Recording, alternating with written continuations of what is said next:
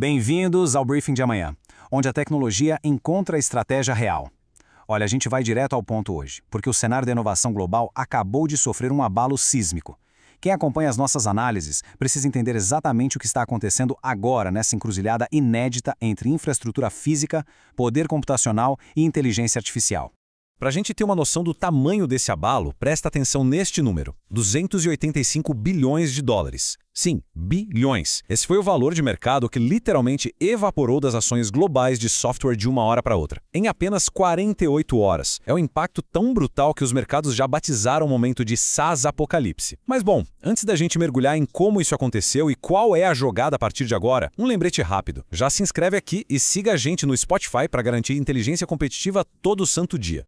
Sabe, dissecando a linha do tempo desse SaaS Apocalypse, a coisa fica bem clara. A gente consegue ver brilhantemente como o modelo tradicional de negócios, aquele de cobrar software por assento, simplesmente quebrou. Tudo começou em fevereiro de 2026, quando a Anthropic lançou o Claude Cowork. O mercado sacou na hora. Agentes de IA não são só assistentes.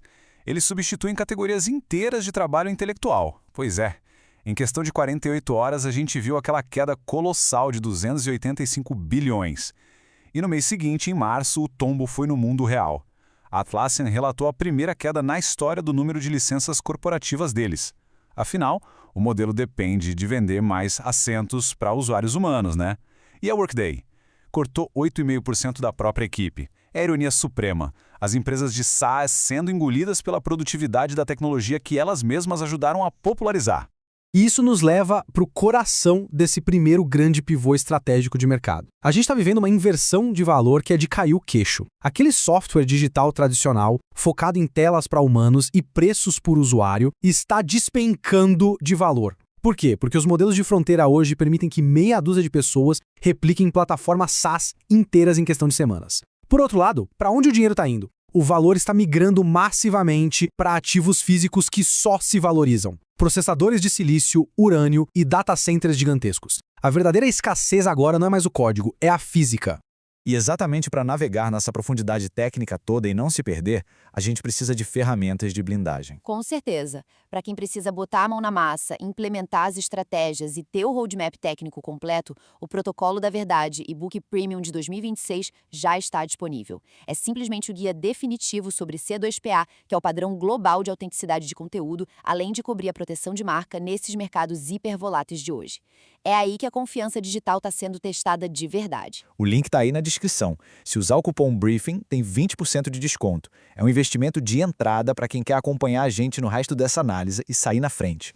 Bom, vamos mergulhar de cabeça nesse Tech Nexus. É loucura pensar que as gigantes da tecnologia não são mais só consumidoras de energia. Elas viraram financiadoras diretas da infraestrutura nuclear das nações. A Meta garantiu mais de 6 gigawatts, fechando parcerias com empresas como Vistra e Oklo. O Google e a Microsoft estão no mesmo barco, construindo ou reativando reatores com a NextEra e a Constellation. A sacada é simples. A IA não dorme, ela processa 24 horas por dia e não dá para depender só de quando o sol brilha ou o vento bate. Eles precisam de energia firme, constante, e a energia nuclear é a única saída limpa que aguenta essa escala toda.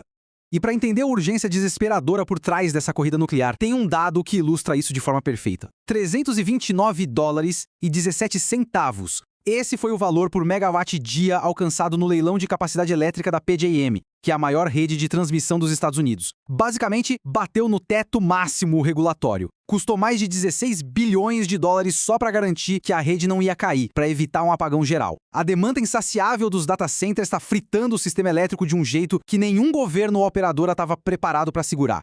Na prática, isso marca o fim absoluto dos subsídios ocultos de energia. Os investimentos de capital estão aí para provar e os números são uma verdadeira insanidade. A Microsoft chutou os gastos com infraestrutura de IA para 190 bilhões de dólares. A Meta fez um acordo bilionário de chips com a AMD na casa dos 100 bilhões. As Big Techs estão literalmente puxando para si a conta pesada de modernizar a rede elétrica.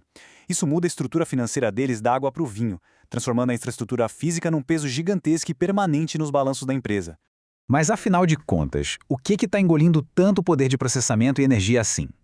A resposta se resume a duas palavras: IA agêntica.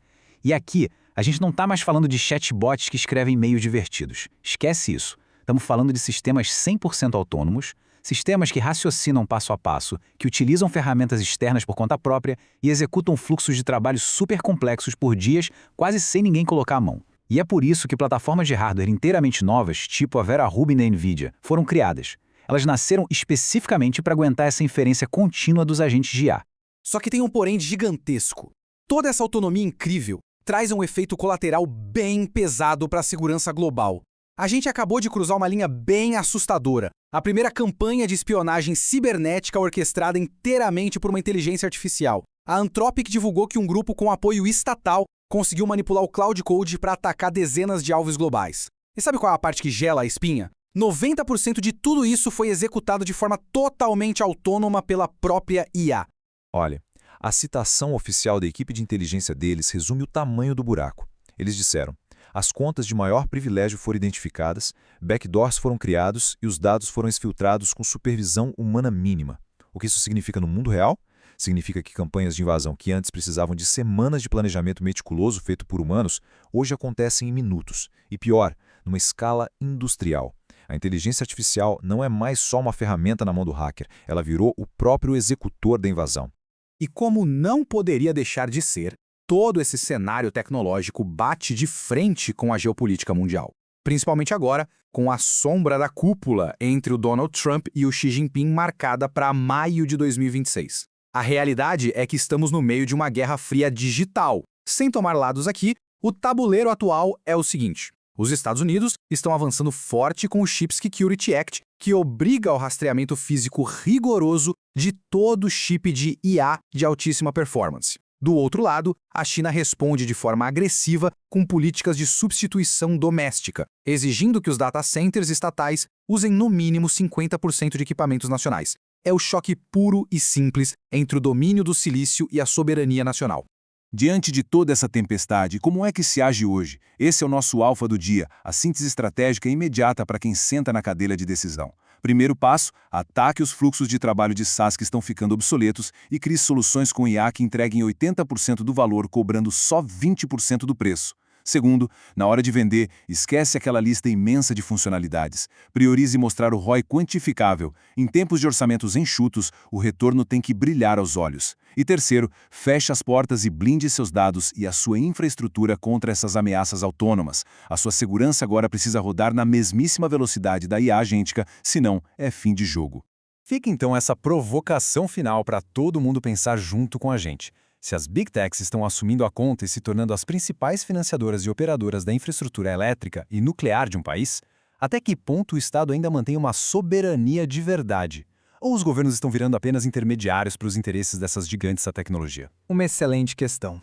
Análise concluída por hoje, pessoal. Mas lembre-se, o que a gente discutiu aqui é literalmente só a ponta do iceberg de toda essa colisão entre o elétron, o silício e a agência autônoma. Exatamente. Se quiser se aprofundar de verdade e conferir os dados originais, o link direto está aqui na descrição. Um abraço e nos vemos no próximo briefing.